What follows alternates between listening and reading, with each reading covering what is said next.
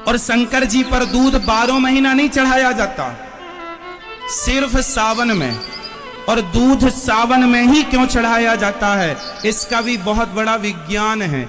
हर हर महादेव दोस्तों, स्वागत है आपका एक और नए वीडियो पर। आज के वीडियो में हम सबको जानने को मिलेगा सावन के महीने में क्या नहीं खाना चाहिए, सावन के महीने में कौन से कलर के कपड़े नहीं पहनना चाहिए, कौन से कलर के कपड़े पहनना चाहिए, कौन से कलर का कपड़ा पहनना शुभ होता है, और शिवलिंग पर दूध क्यों चढ़ाया जाता है, और भी बहुत सारी जानकारी मिलेगा आपको सावन महीने के बारे में। वीडियो में प्रेमानंद जी, अनिरुद्ध आचार्य जी, देवकी नंदन जी, बागेश्वर धाम सरकार, प्रदीप मिश्रा जी है। अब कमेंट करके जरूर बताना कौन से महाराज जी का विचार आप सभी प्रभु प्रेमियों को, शिव भक्तों को मेरा बहुत बहुत राधे राधे, नमस्कार।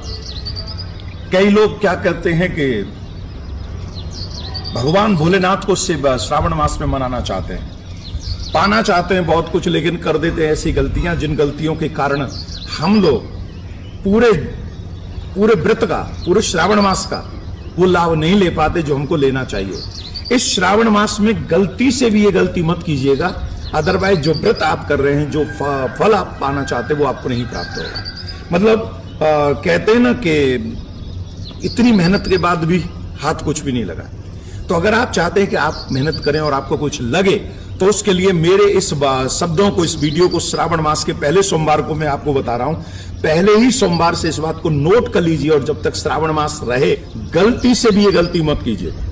कौन सी गलती नहीं कीजिएगा, गलती बताता हूं। पहली गलती, माताएं बहन गलती से भी श्रावण के सोमवार के दिन अपने बाल ना धोएं। आप सोच रहे होंगे हम तो धो चुके, चलो एक गलती हो चुकी, एक माला कर लीजिए नमः शिवाय के नाम की और बाबा भोलेनाथ कर देंगे क्षमा। लेकिन आने वाले जितने भी सोमवार हैं, हर माता बहन को सुना दीजिए वीडियो, हर माता बहन को सुना दीजिए, क्योंकि माताएं बहन अधिक व्रत करती हैं सोमवार के, और वो छोटी छोटी अनजाने में गलती कर बैठती हैं, जिसके कारण जो फल मिलना चाहिए वो मिलता नहीं, और फिर अश्रद्धा हो जाती है भगवान में। गलती हम करते हैं, श्रद्धा भगवान में हो जाती है। इसलिए गलती से भी सोमवार के दिन श्रावण मास में केश नहीं धोने चाहिए, बाल नहीं धोने चाहिए, पहली बात। दूसरी बात, गलती से भी, गलती करके भी 2 कलर के कपड़े नहीं पहनने चाहिए पूरे श्रावण मास में, और वो हैं ब्लैक एंड ब्लू, नीले और काले। इन 2 कलर के कपड़ों से हमेशा बच के रहना चाहिए पूरे श्रावण भर में। अगर आप चाहते हैं कि आपको लाभ मिले, तो इन 2 कलर के कपड़ों को नहीं पहनना चाहिए। भाइयों को भी नहीं पहनना चाहिए। भाइयों को चाहिए कि अगर आप सोमवार के व्रत करते, तो देखिए आज मेरा सोमवार का व्रत है, और मैंने भी सफेद वस्त्र, क्योंकि भूत भावन भोलेनाथ को सफेद वस्त्र पसंद है, भोलेनाथ को सफेद मिष्ठान पसंद है, भोग में भी सफेद और पुष्प में भी सफेद। उनको श्वेतांबरी कहा गया है, श्वेतांबरी, श्वेतांबर और श्वेत भस्म धारण करने वाले बाबा भोलेनाथ हैं, और हमारे श्री कृष्ण पीतांबर धारण करने वाले हैं। तो श्वेतांबर भगवान भोलेनाथ के लिए, इसलिए आज मेरा सोमवार का व्रत है, मैंने भी श्वेत वस्त्र धारण किए हुए हैं। तो सभी पुरुषों को श्वेत वस्त्र पहनने चाहिए, ब्लैक और ब्लू, इससे आपको भी बच के रहना चाहिए।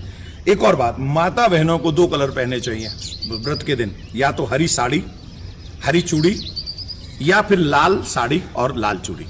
इनका प्रयोग ज्यादा करें व्रत वाले दिन, जिससे लाभदायक हो, क्योंकि लाल जो है स्वास्थ्य का प्रतीक है, और जो मां पार्वती उसे प्रकृति कहा गया, और प्रकृति का हरा भरा, आप देखिए श्रावण में प्रकृति हरी भरी हो जाती है, पूरी पृथ्वी हरी भरी हो जाती है। तो हरी साड़ी अवश्य पहने माताएं बहन सोमवार के दिन, हरी चूड़ी अवश्य पहने श्रावण के सोमवार के दिन, और हरी मेहंदी अगर हो सके मां पार्वती को अवश्य दान करें। इन चीजों से आपको बच के रहना चाहिए। और एक और बात बता देता हूं, नाशपाती गलती से भी ना खाएं, ये फल ना खाएं, नाशपाती, जिसका नाम है ये नाशपाती। और संभव हो सके तो न तो शिव जी को चढ़ाएं नाशपाती, और न खुद ग्रहण करें नाशपाती। श्रावण में अलग अलग दिनों में आप उसका सेवन कर सकते हैं, लेकिन इस दिन आप इसका सेवन बिल्कुल भी न करें। अगर चाहते श्रावण मास का पूरा फल आपको मिले, व्रत का पूरा फल मिले सोमवार का, तो इन चीजों को आज से, अभी से फॉलो कीजिए। और तो सब देव हैं, हमारे भोले बाबा महादेव। शिव का एक अर्थ होता है कल्याण, शिव का अर्थ है कल्याण। जिनकी शरण में जाने से कल्याण हो जाता है, उन्हीं का नाम शिव है, उन्हीं का नाम शिव है। हर नामों के अलग अलग अर्थ हैं। वैसे तो अनेक नाम है हमारे बाबा के, पर हम कुछ नाम आपको बताते हैं, 12 नाम, क्योंकि 12 ज्योतिर्लिंग है। तो 12 दिन के नामों की चर्चा हम करेंगे। भगवान का एक नाम है शिव। शिव का अर्थ है कल्याण। जहां जाने से सब कुछ मंगल होने लगे। एक सिर्फ यही देवता है जिनका सब कुछ मंगल है। भेष भी मंगल, नाम भी मंगल, और काशी में मरने वाला भी मंगल। अद्भुत एक यही देवता है जिनका सब कुछ मंगल। लोगों से पूछो कहां इच्छा, बोले काशी में मरे, तो क्या कहना। बताओ, मृत्यु भी कोई मांगता है, पर मृत्यु मांगता भी है तो काशी में मांगता है, शिव की शरण में, क्योंकि इनका सब कुछ मंगल है। तो शिव का अर्थ कल्याण। दूसरा नाम, एक नाम और हमने लिया, दूसरा नाम है भोले। कहते हैं भोले, भोले बाबा, ये तो भोले। अच्छा, इनका नाम भोले क्यों पड़ा? हैं ही हैं भोले। तुम और देवताओं की हजारों साल तपस्या करो, शायद प्रसन्न होवे ना होवे, अपनो सकल दिखावे ना दिखावे, धन्य है भोले बाबा। तुम कछु दिन भर ओम नमः शिवाय ओम नमः शिवाय, एक बिल्व पत्र चढ़ा दो, सोई प्रकट हो जाए, उतने भर में ही जय जय। एक बार एक चोर चोरी करने के उद्देश्य से नगर में गया। चोरी करने को पूरे नगर में नहीं मिला। नाराज होकर के, रुष्ट होकर के, खिन्नता मन में मनाए हुए गांव के बाहर आया। गांव के बाहर एक भोले बाबा का मंदिर था। उसने देखा चोरी तो कुछ मिला नहीं, बरसात का मौसम है, चलो यहीं कुछ देर ठहरा जाए, फिर घर जाया जाए। आज तो रात बेकार गई। और रात को जब पहुंचा मंदिर में तो सोचा खाली हाथ क्या जाएंगे, कुछ ना कुछ लेकर जाए। अब मंदिर में क्या, सबके मंदिरों में तो सोना चांदी मुकुट मिल जाती, इनका मंदिर है जिनके में कछु नहीं, बिल्वपत्री के अलावा कुछ नहीं हाथ। हाँ, बड़े मंदिरों की बात छोड़कर जहां सोना चांदी लगे, बाकी सब जगह थक्कड़। धन धन भोला नाथ तुम्हारी कौड़ी नहीं खजाने में, तीन लोग बस्ती में बसाए, पर आप बसे वीराने। अद्भुत है, आप वीरान में वास करते हैं। तो चोर को बेचारे को कुछ मिला नहीं, मंदिर में ही प्रवेश कर गया। पर मंदिर में देखा शंकर जी के ऊपर एक घंटा लटक रहा है। घंटा पीतल का है, बेचेंगे 2-4-10 रुपया कमाई में आई जाएंगे। बाहर में गया, कम से कम रात तो बेकार नहीं जाएगी। लेकिन मंदिर में जो घंटा था वो ऊपर में था, ऊंचाई पर। अब चढ़ा कैसे जाए, नसेनी तो है नहीं, क्या किया जाए। मंदिर का काम, अंधेरे का काम। सोई शंकर जी की पिंडी को ही नसेनी बना लिया और शंकर जी के ऊपर अपना चरण रखा और घंटा को खोलने लगा। नीचे से आवाज आई, मांगो क्या चाहते हो। चौंक गया कि ये कौन कह रहा है। तो चोर का भी दिमाग खराब हो गया कि अब क्या चाहते, घंटा खोल रहे और क्या चाहिए। नीचे से आवाज, नहीं नहीं नहीं, कुछ मांगो, इतने भर में क्या होगा, कुछ मांगो। पूछा कौन, बोले जिसके ऊपर तुम चरण रखे हम वही है। दिमाग खराब होगा, बोले अंधेरे में हमें दिखाई नहीं पड़ रहा, सीढ़ी है। सीढ़ी हो क्या तुम, सीढ़ी बोल रही। अरे बोले सीढ़ी नहीं, हम शिव जी हैं। चोर बोला देना बाद में वरदान, पहले ये बताओ, हम दिन दिन भर तुम्हें जल चढ़ा उतरे, बड़े बड़े महात्मा दिन दिन भर जल चढ़ा रहे, आज लो प्रकट नहीं भैया। इतनी बेलपत्री चढ़ाई के पेड़ों बढ़ा गो, बेलपत्री का पेड़ पूरा हमने बढ़ा दिया, आज लो प्रकट नहीं भाई। आज जब चोरी कर रहे सो तुम प्रकट हो गए। बोले आज तक हमने बड़े बड़े देखे दानी दाता, बिल्वपत्र चढ़ाते हुए, जल चढ़ाते हुए, दुग्धाभिषेक, रुद्राभिषेक, पंचामृताभिषेक, शहद का अभिषेक करते अनेक दाता देखे। पहली बार ऐसा देखा, रावण भी देखा, उसने सिर चढ़ाया, और पहली बार भक्त देखा जिसने अपने आप को ही हमारे ऊपर चढ़ा दिया। मांगो। चोर भी बोलो ऐसो जानते, हम 2-4 दिन पहले आ जाते और पहले चढ़ जाते, हम तो रोज यही पे लेटते लो। शिव जी बोले नहीं नहीं, अब वो छोड़ो, मांगो। सरकार इतना दो कि चोरी ना कर भी पड़े। तो ऐसे बोले। और शंकर जी पर दूध 12 महीना नहीं चढ़ाया जाता, सिर्फ सावन में और दूध सावन में ही क्यों चढ़ाया जाता है, इसका भी बहुत बड़ा विज्ञान है। अब मूर्खों को समझाए कौन, आप समझते नहीं हैं। बताओ शंकर जी पर सावन का ही दूध क्यों चढ़ाया जाता है? हमारे देश में शंकर जी को दूध चढ़ाने की परंपरा कब है, जरा बता दो। विशेष रूप से कब दूध चढ़ता है? सावन का महीना है ना। अब बताओ क्यों? भैया सावन का मतलब होता है कि आषाढ़ में पहला पानी गिरता है, बारिश आती ना, मानसून आता है आषाढ़ में। आषाढ़ में मानसून आया, पहला पानी गिरा, तो जो पहला पानी गिरता है ना, वह पानी जहरीला होता है। सारी चीजें आकाश में होती हैं, आप मानते हैं ना पहला पानी हानिकारक होता है। तो जो पहला पानी गिरता है, उस पहले पानी से घास पैदा होती है। जोर से क्या पैदा होती है? घास। उस घास को गैया खाती है, तो गैया खाती है तो उस घास का दूध बनाती है। तो हमारे पुराने ऋषि मुनि, तुम्हारे बाप दादे इतने बड़े वैज्ञानिक थे कि वो जान गए कि यह पहले पानी का, पहली घास का पहला दूध लोगों के लिए हानिकारक होगा। इसके दूध में वह गंदे बैक्टीरिया आ सकते हैं। इसलिए पहला दूध जो गाय का था, वह कहा कि इसे वर्जित करो। पहला दूध क्या करना है? वर्जित करना है, इसे पीना नहीं है, पिलाना नहीं है बच्चों को, स्वास्थ्य में बुरा प्रभाव पड़ेगा। तो वह पहला दूध, लोग उस दूध को अब फेंक तो सकते नहीं, गोरस है। तो फिर क्या किया? बोले शंकर जी बनाओ घर में माटी के और खूब दूध से नहवाओ, तो पुण्य भी मिल जाएगा और दूध भी वेस्ट नहीं होगा। अब लोगों को लगा फेंक रहे हैं, फेंक नहीं रहे हैं। अब तुम भारतीय सनातन के साइंस को तुम क्या जानो? कहां तुम में इतनी अक्कल है? शराब पीने वालों, मुर्गी अंडा मांस खाने वालों, अश्लीलता फैलाने वालों, हम तुमसे संस्कार की क्या उम्मीद करेंगे? तुम क्या जानो विज्ञान को कि ये आध्यात्मिक विज्ञान क्या है? इन्हें कौन समझाए? सब चीजें कह देना बड़ा आसान है, कह दो आप। सावन का इसलिए दूध चढ़ाने की फिर वो क्या बन गई? परंपरा बन गई। वो क्या बन गई? परंपरा। और सुनो, दूध चढ़ा, गाय रोज दूध देती है साहब, गाय रोज दूध देती है, इसलिए दूध शंकर जी पे चढ़ाने से नुकसान किसी का नहीं होता। बल्कि मंदिरों में कुछ लोग दूध बेचते हैं तो उनसे उनका रोजगार उन्हें मिलता है और 2 रोटी उनको ही मिल जाती है। रोजगार मिला उनको। भाई आप मंदिर जाएंगे तो 5 रुपए का दूध, और कोई गाढ़ा दूध थोड़ी चढ़ाता, पी के देख लेना तुम। 1 लीटर दूध में 5 लीटर पानी मिला दिया जाता है। वो दूध भगवान को चढ़ाए, तुम जाके देख लेना किसी मंदिर में, तुम भी कभी चढ़ाए होगे, कितना गाढ़ा दूध होता है वो।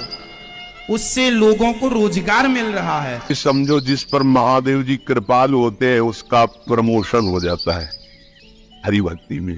करके देख लो, कोई भी देख लो, जब महादेव जी आप पर बिल्कुल बलिहार हो जाएंगे कि सच्ची अनन्यता तो आए। नरसिंह मेहता जी को सीधे महादेव जी रास में प्रवेश किए, सीधे। प्रेमानंद को सीधे काशी से वृंदावन। उल्लिखत है, उल्लिखत है? अपनी बस की बात छोड़ी, हम तो केवल महादेव जी को जानते। ये कोई ना सोचे, ऐसा नहीं। खेल में जब ऐसा है तो देख लो, उनका स्वरूप देख लो। जहां जहां भगवान के अवतार होते, देवाधिदेव महादेव दर्शन करने जाते हैं, वहां की चरण रज लेते हैं। ऐसा ना समझो कि आप शिव उपासक हो तो आपको हम दुख पहुंचाने के लिए कहते हैं। नहीं नहीं, शायद ऐसी अनन्यता आप में नहीं होगी, इसलिए कह रहा हूं कि आपके तो घर होगा, आपकी तो व्यवस्था होगी। जब वर्षा होती घाटों में तो छोटे छोटे मंदिर, बड़े मंदिरों में तो ताला लग जाता रात्रि में। छोटे मंदिर जो खुले दरवाजे के होते, ऐसे बीच में शिवलिंग ऐसे ऐसे ऐसे लपेट के ऐसे लेटते, उन्हीं की गोद में लेते। कैसे? वही जीवन, वही जीवन, वही। हम जानते भी नहीं थे क्या है वृंदावन, क्या है किशोरी जू, क्या है सच। मतलब कहीं कोई गुंजाइश ही नहीं थी। ये तो केवल महादेव जी की कृपा, ये विश्वनाथ विश्वेश्वर आनंदवन निवासी भगवान शिव की कृपा से। यहां नीचा ऊंचा नहीं है, जब खेल है तो वैसे ही खेल है, खेल का वर्णन हो रहा है और खेल समेटो तो वही कृष्ण वही शिव एक ही तत्व है, दूसरा तो है नहीं। तो जब खेल में वर्णन करेंगे तो फिर ये भेद वर्णन होगा, और जब तत्व का वर्णन करेंगे तो अभेद वर्णन होगा। तो या तो खेल में रहो या तत्व में रहो। तत्व में हो तो तुम्हें कोई परेशानी नहीं, और जब खेल में हो तो फिर समझो उनकी जटाओं में गंगा जी विराजमान प्रमाण है कि वो महादेव जी भगवान श्री कृष्ण को अपना आराध्य देव मानते हैं। तो श्री कृष्ण से पूछो जाके कि आपका आराध्य देव कौन है, तो वही कहेंगे विश्वेश्वर भगवान शिव। पूछ लो जाके, शास्त्रों में पढ़ के देख लो, आराधना करते पाए जाएंगे। रामेश्वर की स्थापना करके भगवान श्री हरि पूज रहे हैं और हनुमान जी के रूप में उनके चरण पकड़े हुए आप बैठे। कैसे इनको कौन, लीला में सेवक स्वामी, तत्व में अभेद। किसी की पहुंच यन्नारदादेशुकैरगम्यम वृंदावने वंजुल मंजु कुंजे तत्कृष्ण चेतु अरण्य की विज्ञम मतला किंचित परमम दास्यम प्यारोढ़ क्षमते अच्छी सुखादि राम ज्ञानगम। वहां लगा हमारे इष्ट की तो थोड़ी लघुता वर्णन कर रहे हैं। नहीं नहीं, ऐसा नहीं, उन्हीं की प्रसन्नता से रास्ते जाना है, उन्हीं की प्रसन्नता से। ऐसा न समझो आज भी अगर थोड़ा भी कहीं चिंतन असंतुष्ट होता है तो गौरांग गंगाधर सामने नजर आते हैं, तब लगता है कितना प्यार करते हैं वो। हरि उपासक को शिव कहने की जरूरत नहीं होती, शिव आसपास ही रहते। मार्कंडेय जी निरंतर हरि ध्यान में रत, तो देखा भगवान शिव ने किए तो अनन्य हरि प्रेमी है, पढ़ के देख लो। तो मां भगवती सहित पधारे, सामने खड़े हुए और डुला रहे उनको मार्कंडेय जी के। मार्कंडेय दर्शन कर लो, मैं आया हूं। आंख नहीं खोलने, अंदर का ध्यान अपहरण किया और अंदर प्रकट हुई कर्पूर गौरव। बहुत सुंदर शिव है वो, अम्बा तो त्रिपुर सुंदरी है ही है। एकदम विचलित हुए कि मेरे आराध्य देव की जगह ये कैसे आ गए। आंख खोला तो सामने बैठे, प्रणाम किया और कहा प्रभु मैंने तो चाहा ही नहीं कि आप मुझे दर्शन दे। फिर आप बोले जो हरि का आनंद है उसे चाह करने की जरूरत नहीं है, उसे दर्शन की चाह करने की जरूरत नहीं है, मैं उसे निहाल कर देता। एक नहीं कितने उदाहरण। प्रचेतागण श्रीमद् भागवत, जब वो हरि प्राप्ति के लिए जा रहे हैं तो एक दिव्य सरोवर, उसमें दिव्य ध्वनि जागृत हो रही, आकर्षित हुआ तो देखा भगवान शिव प्रकाशित हो गए और कहा सुनो तुम हरि को प्रसन्न करने के लिए जा रहे हो, इसलिए मैं अपनी तरफ से तुम्हें दर्शन दे रहा हूं और मैं ये स्तोत्र गान कर रहा हूं, इसे याद कर लो और इसी के बल से तुम्हें हरि का साक्षात्कार हो जाए। कैसे समझाए तुम्हें? तब तुम्हें दोनों एक है, पर लीला में अपने आप समझ लो, लीला में अपने आप समझ। ये करुणा समुद्र शिव की कृपा ना हो तो विशुद्ध हरिभक्ति आ ही नहीं सकती। हाथ जोड़कर अयोध्या वासियों को बैठाल करके भगवान श्री राम कह रहे हैं, कह रहे ऐसा मत समझना कि मैं चक्रवर्ती सम्राट पद से बोल रहा हूं, ऐसा मत समझना कि मैं किसी ईश्वरीय भगवत्ता से बोल रहा हूं। सबके हाथ जोड़ के कह रहा हूं, भगवान कह रहे हैं हे अवधवासियों में हाथ जोड़कर सबसे प्रार्थना करता हूं, अपने हृदय की एक गुप्त बात कहता हूं। जब तक भगवान शंकर की कृपा नहीं होती तब तक विशुद्ध भक्ति मेरी किसी के हृदय में जागृत नहीं हो सकती। भगवान शिव की कृपा से ही ये प्रेम मार्ग प्राप्त होता है। और आपको बताए गूढ़ बात, राधा वल्लभ जी भगवान शिव के हृदय की ही है, प्रादुर्भाव ही शिव हृदय से हुआ है। जो रस की स्थिति की गरिमा है, अब जैसे श्री कृष्ण उपासक कह दें कि देखो राधा रानी तो उनकी पत्नी ही है और ये कैसी बात करते हैं कि उनके चरण चरण, तो तुम उतना नहीं जान पाए हो, और आगे बढ़ो, आओ हमारे पास, ये देखो इनमें पति कौन है पत्नी कौन है। कभी गोरे दो ला होते हैं और श्याम दो लहल होती, कभी देखा है? नहीं देखा तो आओ हम तो निकुंज में दिखाए, जैसे कहे वैसे रो, जो कहे वो जपो, जो कहे वो पर। आगे की बातें सर अब इतना ही थोड़ी सा पूछे जितना तुम जान गए, तुम जितना जाने हो अपने बुद्धि के विषय को जाने हो। देख लो ना, हम प्रियाजू का नाम जब करते हैं, उनकी चरण रज में रहते हैं, उनके आश्रित है, तो क्या यहाँ कह रहे हैं जो भगवान ब्रह्मा का सुख है उससे अनंत गुना सुख उसको है जो हरि का आश्रय लेके नाम जप कर रहा है। अनंत गुना। क्या बच्चे ब्रह्मा जी? और हम जिस सुख की बात कर रहे हैं न देवैर ब्रह्मा तेरे न खलु हरि भक्त न सुहृदा दिव्री अद्वै राधा मधुपतिरा। तो जब अपनी ठसक से बोलते हैं तो लोगों को लगता है कि कैसी बड़ी बड़ी बातें करता। कहता है भगवत प्राप्ति हमारी जेब में है। ये देखो ठेका ले रहे हैं भगवत प्राप्ति का लोग उपहास की दृष्टि से। अरे हमारी श्री जी क्या है ब्रह्मा भी नहीं जानते। तुम क्या जानोगे ब्रह्मा की रची खोपड़ी है तुम्हारी? तो हमारी श्री जी को जानते हो क्या? हमारे गुरुजी ने, हम जानते तो नहीं है पर जितना जना दिया उतना समझ में आ गया कि हमारी महारानी जी से बढ़कर कोई सत्ता महत्ता नहीं। सब तत्वों के तत्व, सब बापों के बाप, सब गुरुओं के गुरु श्री कृष्ण। रत्ती भी दूध, थोड़ा सा भी दूध अगर पानी में भी डालकर मुझे समर्पित करता है, शंकर कहते हैं मैं उसकी मन की मुराद पूर्ण कर देता हूं।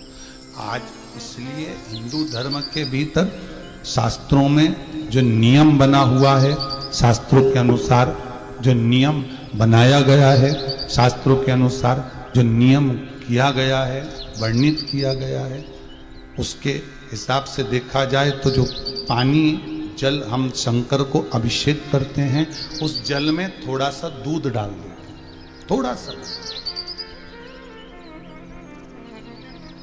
और जल में हम थोड़ा सा दूध अगर डाल देते हैं शंकर को समर्पित, भले आपके पास में दूध नहीं है, थोड़ा सा दूध भी अगर चढ़ाकर, पर निवेदन एक आपसे बहुत करबद्ध है। शिव को ये थैली का दूध मत चढ़ाओ, शंकर को ये डब्बे का दूध मत चढ़ाओ, शंकर को ये फालतू का केमिकल का दूध मत चढ़ाओ।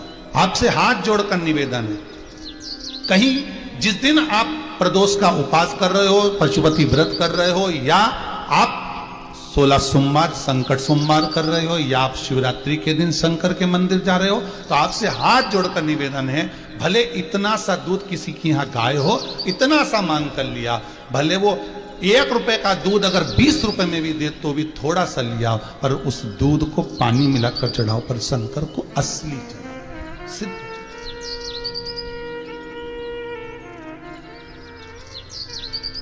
समर्पण।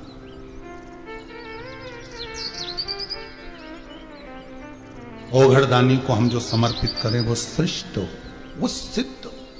शंकर की कथा करें, आगे बढ़। मान लो अगर कोई व्यक्ति आपका धन खा गया हो, रुपया निगल गया हो, पैसा लेकर बैठ गया हो और नहीं दे रहा हो, तो महाराज काली तिल्ली को पीस कर उसका थोड़ा सा भाग, एक छोटा सा भाग शिव पिंडी जैसी तैयार कर लीजिए। काली तिल्ली की शिवलिंग तैयार कर लीजिए।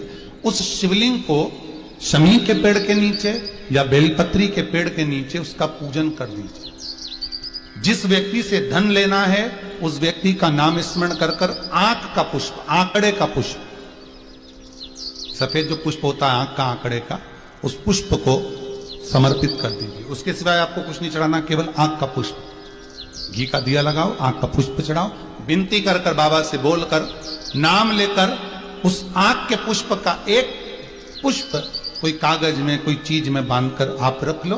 बाकी का शिव जी का जब विसर्जन करें, काली तिल्ली का जो शिवलिंग बनाया उसका विसर्जन करें, उसके साथ विसर्जन कर दें। जिस व्यक्ति से धन लेना है, पैसा लेना है, उसके ऑफिस तक, उस व्यक्ति तक वो पुष्प भेज दीजिए, उसके यहाँ पटकवा दीजिए। वो व्यक्ति हाथ जोड़कर भी आपका धन वापस करेगा। और शंकर जी पर दूध 12 महीना नहीं चढ़ाया जाता, सिर्फ सावन में। और दूध सावन में ही क्यों चढ़ाया जाता है, इसका भी बहुत बड़ा विज्ञान है। हर हर महादेव। दोस्तों स्वागत है आपका एक और नए वीडियो पर। आज के वीडियो में हम सबको जानने को मिलेगा सावन के महीने में क्या नहीं खाना चाहिए, सावन के महीने में कौन से कलर के कपड़े नहीं पहनना चाहिए, कौन से कलर के कपड़े पहनना चाहिए, कौन से कलर का कपड़ा पहनना शुभ होता है, और शिवलिंग पर दूध क्यों चढ़ाया जाता है, और भी बहुत सारी जानकारी मिलेगा आपको सावन महीने के बारे में। वीडियो में प्रेमानंद जी, अनिरुद्ध आचार्य जी, देवकी नंदन जी, बागेश्वर धाम सरकार, प्रदीप मिश्रा जी है। अब कमेंट करके जरूर बताना कौन से महाराज जी का विचार आप सभी प्रभु प्रेमियों को, शिव भक्तों को मेरा बहुत बहुत राधे राधे, नमस्कार। कई लोग क्या कहते हैं कि